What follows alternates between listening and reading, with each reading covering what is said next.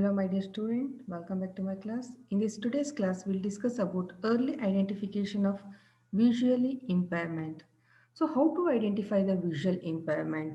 So, eyes help individual perceive the world around him.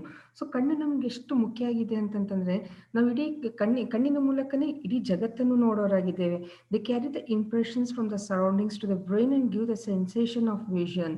So ಯಾವ ರೀತಿ ಇದೆ ಅಂತಂತಂದ್ರೆ ಕಣ್ಣು ಅದು ನಾವು ಏನನ್ನು ನೋಡ್ತೀವಿ ಅದು ಪರ್ಸನ್ ನಮ್ಮ ಸುತ್ತಮುತ್ತಲಿರುವಂಥ ಜಗತ್ತನ್ನ ನಾವು ಏನೇನು ನೋಡ್ತೀವಿ ಅದು ಬ್ರೈನಿಗೆ ಮೆಸೇಜ್ ಕೊಡುತ್ತೆ. ಆ ಬ್ರೈನ್ ಮೆಸೇಜ್ ಸಿಕ್ಕಾದ ನಂತರ ಅದು ನಮ್ಮ ಕಣ್ಣಿನ ಮುಂದೆ ಇದು ವಿಷನ್ ನೋಡ್ತೀವಿ ನಾವು. So this since more impressions are convey to the brain through the eyes, the visual anomalies may influence the life of the individual in various ways. Like we can say that the individual life is influenced through through the various ways, like physical ಆಗಿರ್ಬೋದು, mental ಆಗಿರ್ಬೋದು, social, vocational and educational aspects. And we can set that any kind of defect in the eyes may lead the child to be visually impairment. So visual impairment, it is referred to a vision impairment or vision loss. It refers to one's decreased ability to see a degree that causes problems not fixable by usual means. We can say that such as spectacles. ಈ ಕೆಲವೊಂದು ಕಣ್ಣಿನ ಸಮಸ್ಯೆ ಇದೆ ಅಂತ ಹೇಳ್ಬಿಟ್ಟು ಅವ್ರು ಏನು ಮಾಡ್ತಾರೆ, ಸರಿಯಾಗಿ ಕಣ್ಣು ಕಾಣೋದಿಲ್ಲ ಅಂತ ಹೇಳ್ಬಿಟ್ಟು ಸ್ಪೆಕ್ಸ್ ಯೂಸ್ ಮಾಡ್ತಾರೆ. ಸೊ ಕೆಲವರಿಗೆ ಹತ್ತಿರದ ಕಾಣೋದಿಲ್ಲ, ಕೆಲವರಿಗೆ ದೂರದ ಕಾಣೋದಿಲ್ಲ. ಸೊ ಅಂಥ ಸಮಯದಲ್ಲಿ ಈ ಶಾರ್ಟ್ ಬ್ಲೈಂಡ್ನೆಸ್ಸು ಅಥವಾ long sighted blindness ಅಂತಿದ್ದಾಗ so spectacles ಮೂಲಕ ಅವರು ನೋಡಲಿಕ್ಕೆ ಸಾಧ್ಯ ಆಗುತ್ತೆ. So this visual impairment is usually defined as the best correct visual activity of worse than either 20/40 or 20/60. So those with a complete or nearly complete vision loss can be termed as blind. So completely ಏನು ಕಾಣೋದಿಲ್ಲ ಅನ್ನೋರಿಗೆ ಇದು blind ಅಂತ ಹೇಳ್ಬಿಟ್ಟು ನಾವು ಅನ್ಲಿಕ್ಕಾಗುತ್ತೆ.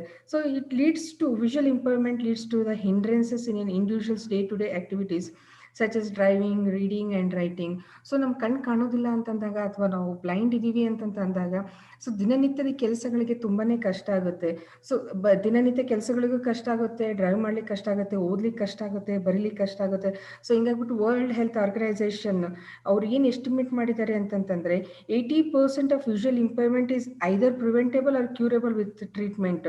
So 80% ಕಣ್ಣು ಮಂದು ಕಣ್ಣಿದೆ ಅಂತಂತಂದ್ರೆ ಅಥವಾ ಕಣ್ಣು ಕಾಣೋದಿಲ್ಲ ಅಂತಂತಂದ್ರೆ ಅದನ್ನ ನಾವು ಕ್ಯೂರ್ ಮಾಡಲಿಕ್ಕೆ ಸಾಧ್ಯತೆ ಇದೆ ಅಂತ ಹೇಳ್ಬಿಟ್ಟು ವರ್ಲ್ಡ್ ಹೆಲ್ತ್ ಆರ್ಗನೈಸೇಷನ್ ದವರು they say that they estimated that more than 80%, nearly or more than 80% of visual impairment is either preventable or curable with treatment. And vision rehabilitation tends to have people with extreme visual impairment. So how to identify this visual impairment? The children who are born blind can be identified by the parents within the first years of life. ಈ ಮಗು ಹುಟ್ಟಿದೆ ಅಂತಂದ ತಕ್ಷಣ ಹುಟ್ಟಿದ ಮಗು ಇದು ಕಣ್ಣು ಕಾಣೋದಿಲ್ಲ ಅಂತಂದಾಗ ಸೊ ಅದನ್ನ ಐಡೆಂಟಿಫೈ ಮಾಡ್ಬೇಕಾದಂಥವ್ರು ಯಾರು ಅಂತಂತಂದ್ರೆ ಪೇರೆಂಟ್ಸ್. ಸೊ ಪೇರೆಂಟ್ಸ್ನೇ ಅದನ್ನ ಐಡೆಂಟಿಫೈ ಮಾಡಬೇಕು, ಮಗು ಕಣ್ಣು ಕಾಣಿಸ್ತದೇನ ಇಲ್ಲ ಅಂತ ಹೇಳ್ಬಿಟ್ಟು.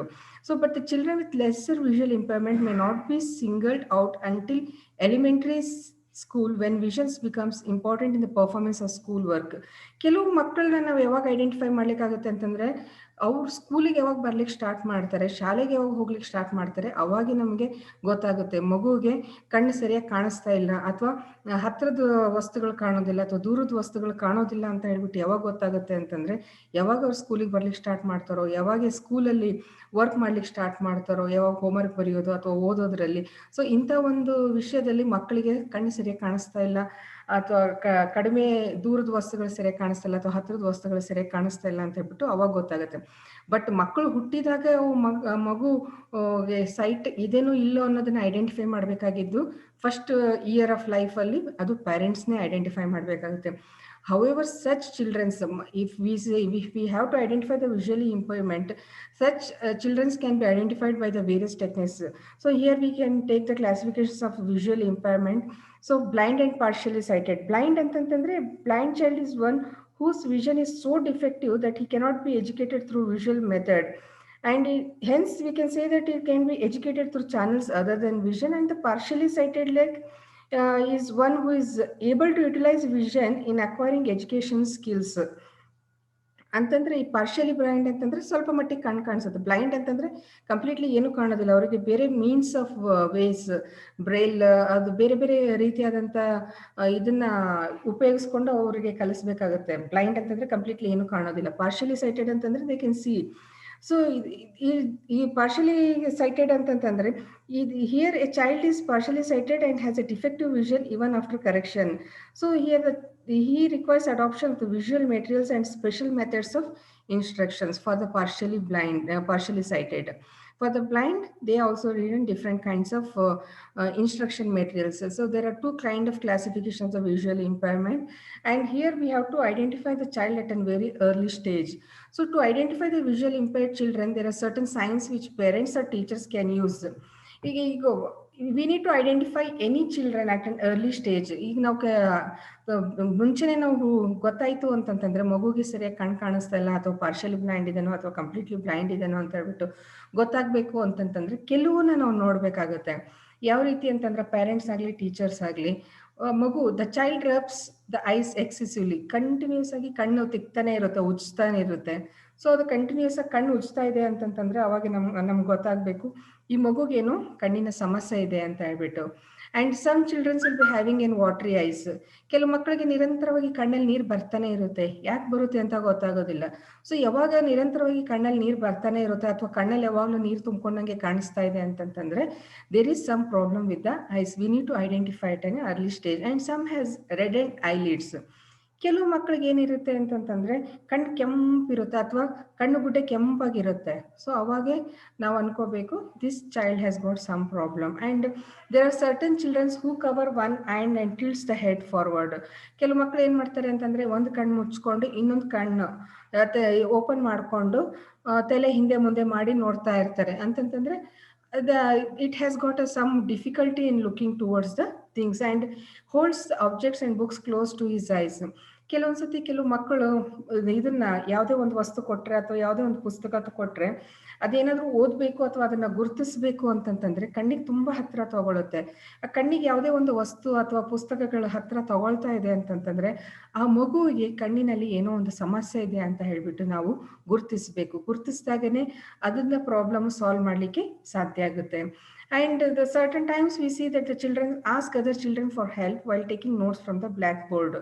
ಕೆಲವೊಂದ್ಸತಿ we will be making fun of the students like saying back benches they don't take the notes properly ಅಂತ ಹೇಳ್ಬಿಟ್ಟು ಬ್ಲ್ಯಾಕ್ ಬೋರ್ಡ್ ಅಲ್ಲಿ ಇದ್ದಂಥದ್ದನ್ನ ನೀವು ಬರ್ಕೊಳ್ತಾ ಇಲ್ಲ ಅಂತ ಹೇಳ್ಬಿಟ್ಟು ನಾವು ಮಕ್ಕಳ ಮೇಲೆ ಕಂಪ್ಲೇಂಟ್ ಮಾಡ್ತಾ ಇರ್ತೀವಿ. But we don't cross check whether the child is having any visual impairment or not ಅಂತ ಹೇಳ್ಬಿಟ್ಟು. And because of that visual impairment there will be certain children who will be trying to take the notes from the other children which was written already on the blackboard. And there are children who takes the false steps while walking. Sudden ಆಗಿ ಒಂದು ಹೆಜ್ಜೆ ಹಾಕ್ತಾ suddenly ನಡೀತಾ ಒಂದು ಎರಡು steps ಬಿಟ್ಟು ಮುಂದೆ ಹೆಜ್ಜೆ ಹಾಕುತ್ತೆ. ಯಾಕೆ ಅಂತಂತಂದ್ರೆ ಅದಕ್ಕೆ ಸರಿಯಾಗಿ ಕಾಣೋದಿಲ್ಲ. ಸೊ ಹಿಂಗಾಗ್ಬಿಟ್ಟು ನಡೆಯೋದ್ರಲ್ಲಿನೂ ಕೆಲವೊಂದ್ಸತಿ ಸಮಸ್ಯೆ ಮಾಡ್ಕೊಳ್ತಾ ಇರ್ತಾರೆ ಮಕ್ಕಳು. ಅಂಥದನ್ನು ನಾವು ಐಡೆಂಟಿಫೈ ಮಾಡಬೇಕಾಗುತ್ತೆ. ಆಮೇಲೆ ಇನ್ನೊಂದು kind of problem where we have to identify is that a child the person will be blinking the eyes more frequently. ಕಣ್ಣು ರೆಪ್ಪೆಗಳು ಕಂಟಿನ್ಯೂಸ್ ಆಗಿ ಬಡಿತಾ ಇರ್ತಾರೆ. ಸೊ ಅವ್ರ ಕಣ್ಣು ರೆಪ್ಪೆಗಳು ಕಂಟಿನ್ಯೂಸ್ ಆಗಿ ಬಡಿತಾ ಇದ್ದಾರೆ ಅಂತಂತಂದ್ರೆ ಏನೋ ಸಮಸ್ಯೆ ಇದೆ, ಕಣ್ಣಿನ ಏನೋ ಒಂದು ಸಮಸ್ಯೆ ಇದೆ ಅಂತ ಹೇಳ್ಬಿಟ್ಟು ನಾವು ಗುರುತಿಸ್ಬೇಕಾಗತ್ತೆ. And some people will be having an squint eyes, ಅಂದ್ರೆ ಮೇಲ್ಗಣ್ಣು ಅಂತ ಹೇಳ್ತೀವಲ್ಲ, ಮೇಲ್ಗಣ್ಣು ಇದೆ ಅಂತಂತಂದ್ರು ಅವರಿಗೆ ಏನೋ ಒಂದು ಕಣ್ಣಿನ ಸಮಸ್ಯೆ ಇದೆ ಅಂತ ಹೇಳ್ಬಿಟ್ಟು ನಾವು we need to identify it early.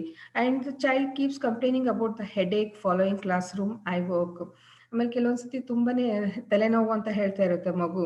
ಒಂದು ಕ್ಲಾಸ್ ಆದ ನಂತರ ಇನ್ನೊಂದು ಕ್ಲಾಸಿಗೆ ಕೂಡ್ಬೇಕು ಅಂತಂತಂದ್ರೆ ಹೆಡೇಕ್ ಅಂತ ಹೇಳ್ಬಿಟ್ಟು child keeps complaining. So we need to identify if the child continuously keep telling that it has got a headache and it has got some problem with the head and it's not able to concentrate, it's not able to do anything, any work properly antandaga, then it has got some problem with the eyes. And he bumps into the objects or people. Suddenly ಯಾವುದೋ ಒಂದು ವಸ್ತುಗಳ ಮೇಲೆ ಬೀಳೋದು ಅಥವಾ ಮನುಷ್ಯರ ಮೇಲೆ ಬೀಳೋದು ಈ ರೀತಿಯಲ್ಲಿ ಮಾಡ್ತಾ ಇದ್ದಾಗ then we have to identify that the child has got some visual impairment and he has a poor eye-hand coordination. So ಕೈಯಿಗೂ ಮತ್ತು ಕಣ್ಣಿಗೂ ಸರಿಯಾದ ರೀತಿಯಾದಂಥ ಹೊಂದಾಣಿಕೆಯಿಂದ ಕೆಲಸ ಮಾಡ್ತಾ ಇರೋದಿಲ್ಲ.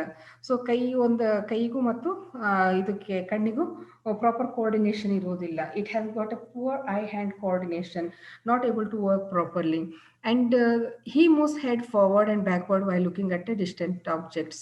ಕೆಲವೊಂದ್ಸತಿ ದೂರದ ವಸ್ತು ನೋಡ್ಬೇಕಾದ್ರೆ ಏನ್ ಮಾಡುತ್ತೆ ಮಗು, ಹಿಂದೆ ಮುಂದೆ ಇದನ್ನ ತಲೆ ಹಾಕ್ತಾ ಹಿಂದಕ್ಕೆ ತಗೊಂಡು ಮುಂದಕ್ಕೆ ನೋಡಿಕೊಂಡು it will be trying to look at the objects because it won't be able to see it properly. So if a child is not able to see the distant object, then it is partially blind, or it can be this problem can be solved through the spectacles. At an early stage, if you don't identify ಅಂತಂದಾಗ early ಸ್ಟೇಜಸಲ್ಲಿ ನಾವು ಅದನ್ನು ಗುರುತಿಸ್ಲಿಲ್ಲ ಅಂತಂತಂದರೆ ಮುಂದೆ ಹೋಗ್ಬಿಟ್ಟು ಕಣ್ಣು ಕಳ್ಕೊಳ್ಳುವ ಸಮಸ್ಯೆಗಳು ಅಥವಾ ಬೇರೆ ಬೇರೆ ಸಮಸ್ಯೆಗಳನ್ನ ನಾವು ಎದುರುಗೊಳ್ಬೇಕಾಗುತ್ತೆ. ಆಮೇಲೆ ಕೆಲವೊಬ್ಬರಿಗೆ ಕಣ್ಣಿನ ಸಮಸ್ಯೆ ಯಾಕೆ ಆಗುತ್ತೆ ಅಂತಂದರೆ they will be having in smaller eyelid. ಕೆಲವೊಂದ್ಸತಿ ಕೆಲವು ಮಕ್ಕಳಿಗೆ ಆಯಿತು ಬಿಗಿನಿಂಗ್ ಅರ್ಲಿ ಸ್ಟೇಜಸಲ್ಲಿ ವಿ ಕ್ಯಾನ್ ಸಿ ದಟ್ ಕಣ್ಣುಗುಡ್ಡೆ ತುಂಬ ಚಿಕ್ಕದಿರುತ್ತೆ. ಕಣ್ಣುಗುಡ್ಡೆ ಚಿಕ್ಕದಿದೆ ಅಂತಂತಂದರೆ ಕಣ್ಣಿನ ಸಮಸ್ಯೆ ಇದೆ ಅಂತ ಹೇಳ್ಬಿಟ್ಟು ತಿಳ್ಕೊಳ್ಳಿಕ್ಕೆ ಸಾಧ್ಯ ಆಗುತ್ತೆ.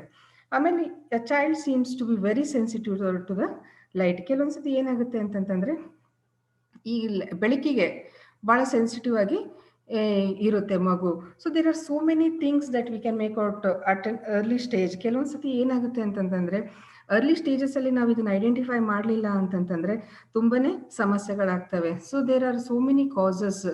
ಓಕೆ, ಕೆಲವೊಂದ್ಸತಿ ಇದು visual impairment may cause because of the genetic problem also. Because of the genetic problems, we can say that they have got a visual impairment. So ಈ ರೀತಿಯಲ್ಲಿ ನಾವು ಮಗುವಿಗೆ at an early stage if you don't identify ಮುಂದೆ ಹೋಗ್ಬಿಟ್ಟು ಅನೇಕ ಸಮಸ್ಯೆಗಳಿಗೆ ಕಾರಣ ಆಗುತ್ತೆ. So there are so many this one here we have taken where we can identify this child at an early stage to solve the problems from the severity. So hope you have I believe that you have understood what is the visual impairment and how to identify the visual impairment at an early stage. So thank you. Have a good day. See you in the next class.